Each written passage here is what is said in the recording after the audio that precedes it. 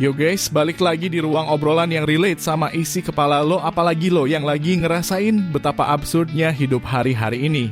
Pernah gak sih lo mikir gini, kerja udah capek, gaji pas-pasan, tapi ekspektasi orang sekitar kayak lo tajir, melintir. Lo gaji UMR, tapi dunia seolah maksa lo harus nongkrong tiap minggu. Upgrade outfit biar gak dibilang ketinggalan zaman. Jalan-jalan ke luar kota buat healing. Dan punya iPhone terbaru biar gak malu buka kamera depan. Semua serba tuntutan visual, serba estetik, dan serba cepat. Dan kalau lo gak ikut, siap-siap dicap, gak update, gak niat hidup, atau lebih parahnya, kok sedih mulu sih hidup lo?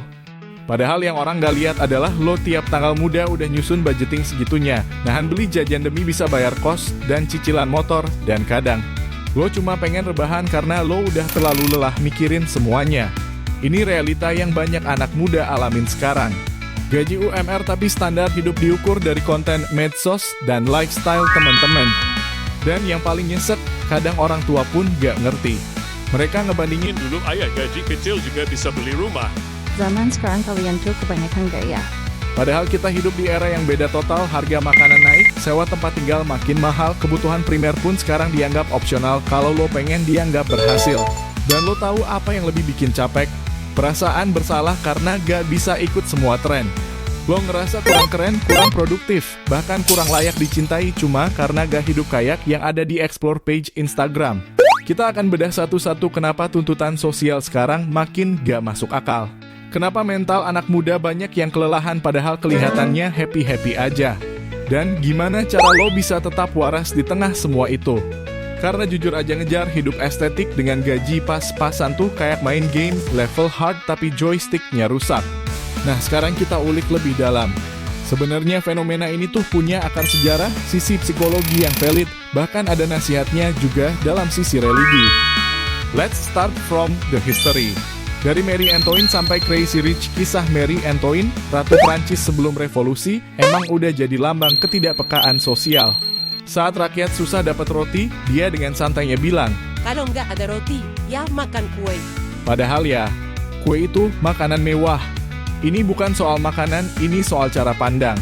Dia hidup di dunia yang beda sama realita mayoritas rakyat. Dan lucunya, vibe kayak gitu tuh masih kejadian sekarang. Cuma bedanya sekarang bukan ratu, tapi lifestyle sosial media yang penuh glamor, penuh endorsement, penuh healing ke Bali tiap 3 minggu, dan nongkrong fancy. Sementara mayoritas anak muda Indonesia, gaji UMR kisaran 3-4 juta, cicilan motor, kos, dan makan siang di warteg, tapi tetap dituntut buat tampil kece, aktif berkarya, dan jangan ketinggalan zaman. Hidup tuh rasanya kayak ikut lomba maraton, tapi lo disuruh pakai sendal jepit, terus ditandingin sama orang yang naik sepeda motor. Keburu capek duluan, bro. Masuk ke teori social comparison dari Leon Festinger tahun 1954 ini menyatakan bahwa manusia emang secara alami akan membandingkan dirinya dengan orang lain sebagai alat ukur keberhasilan. Nah, zaman sekarang perbandingannya tuh udah level hard mode.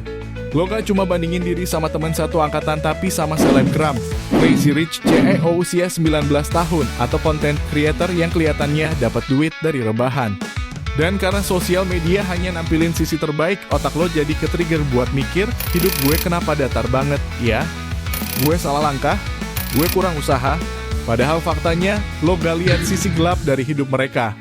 Lo gak lihat hutang yang ditutupin, burnout yang disembunyikan, atau insecurity yang mereka kamuflase pakai aesthetic fade. Inilah yang kemudian dikategorikan sebagai imposter lifestyle hidup di luar kemampuan demi tampil cocok di layar, demi diterima di circle, dan demi validasi dari orang yang jujur aja gak peduli banget juga. Dan ini bukan sekadar gaya-gayaan. WHO bahkan udah nyatain kalau tekanan sosial digital ini jadi salah satu penyebab lonjakan masalah mental di usia 18-30 tahun. Karena kita hidup di dunia di mana kelihatan berhasil dianggap lebih penting dari berproses dengan sehat. Sekarang kita bahas dari sisi religi bijak dalam menjalani dunia sebagai mayoritas muslim. Kita punya pegangan luar biasa dari sisi ajaran yang ngasih ruang untuk sadar diri, bersyukur, dan hidup sesuai takaran. Contoh nyata, Nabi Muhammad sebagai orang paling mulia hidupnya sederhana banget. Pernah tidur di atas tikar kasar, bajunya ditambal sendiri, dan gak pernah berlomba-lomba buat tampak kaya. Dalam hadis disebutkan, kekayaan bukanlah dengan banyaknya harta, tapi kekayaan adalah hati yang merasa cukup. Dan lo tahu apa yang paling mind-blowing? Ajaran Islam tuh gak nyuruh lo miskin.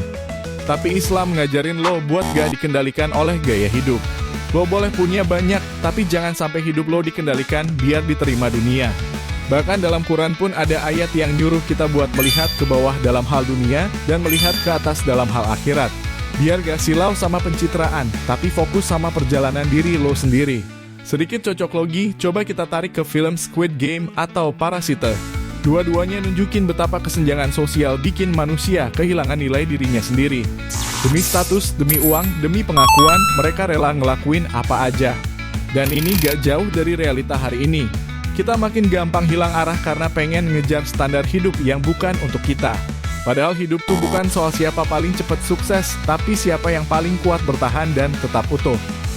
Sekarang kita masuk ke pertanyaan pamungkas, terus gue harus ngapain biar gak tenggelam di tuntutan hidup yang makin ngadi-ngadi? Here we go. Ini bukan tentang jadi sultan. Ini soal gimana lo bisa tetap jalan, tetap waras, dan tetap punya arah. 1. Bikin skema hidup anti FOMO, budget, batas, balas, dendam sehat. Budget lo gak harus ikut semua tren, tapi lo bisa pilih mana yang beneran lo butuh dan mana yang cuma keinginan buat validasi. Bikin pos keuangan buat kebutuhan primer, simpanan, hiburan, dan self-reward kecil-kecilan. Jangan semua penghasilan lo lari ke buat kelihatan keren. Set batas konsumsi sosial media. Jangan scroll explore pas lagi capek atau habis ditolak kerja. Itu ibarat lo lagi luka, terus garuk-garuk sendiri. Bikin makin sakit. Balas dendam sehat bukan balas dendam ke orang, tapi ke diri lo yang dulu diremehin. Lo upgrade skill, lo perbaiki cara komunikasi, lo belajar pelan-pelan. Bahkan kalau lo pengen nonton Netflix, pilih konten yang nambah insight kayak minimalism, documentary, atau How to Get Rich by Ramit Sethi. Yes, hiburan bisa jadi amunisi, bukan pelarian. 2. Terima diri di jalur lo sendiri dalam kurung AKA, embrace your pace. Gak semua orang harus sukses umur 25. Gak semua orang punya privilege lahir dari keluarga yang siap support 100%. Dan gak semua perjalanan harus diposting. Kita gak telat, kita cuma punya timeline yang beda. Terkadang, tahu kapan lo harus istirahat itu lebih penting daripada terus lari tanpa arah. Ingat film Zootopia? Si Flash si kukang yang jalannya lambat tapi tetap nyampe. Atau karakter Barbie yang awalnya bingung identitas, tapi setelah ngelewatin krisis, dia nemu makna jadi manusia sesungguhnya. Proses itu valid. Gak harus cepat, yang penting jalan. 3. Cari circle yang gak nyuruh lo harus pamer dulu baru dianggap ada. Lo butuh temen yang bisa ngobrol jujur soal tagihan bulanan. Susahnya kerja entry level. Mental breakdown pas akhir bulan.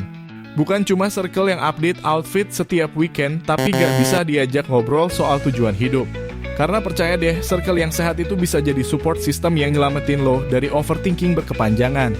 4. Gak harus viral, tapi harus punya visi. Kehidupan lo gak harus viral, kayak video TikTok 1 juta views. Tapi lo butuh visi sekecil apapun. Mau belajar 1 skill per bulan? That's progress. Mau bisa nabung 200.000 per minggu? That's progress. Mau bisa berhenti compar hidup sama orang lain? That's major progress. Hidup bukan lomba viral.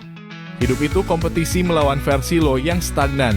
Dan ingat, even karakter anime kayak Rock Lee yang gak punya jurus spesial pun bisa jadi legenda karena kerja keras dan disiplin. Jadi gak usah minder kalau lo bukan bintang utama. Yang penting, lo gak berhenti bertumbuh. 5. Deketin diri ke nilai yang lebih tinggi dari sekadar feed Instagram. Jangan cuma cari ketenangan di likes. Cari di zikir. Cari di refleksi diri. Karena percaya deh, makin banyak lo mikir soal hidup, makin lo butuh makna yang lebih tinggi dari sekadar dikenal dan diakui. Bahkan Rasulullah bersabda, orang yang paling kaya adalah orang yang paling merasa cukup. Dan dalam dunia yang penuh tuntutan estetik, merasa cukup adalah bentuk perlawanan paling berani. Bro atau sis, hidup itu bukan kontes gaya. Ini tentang gimana lo bisa terus jalan meski pelan.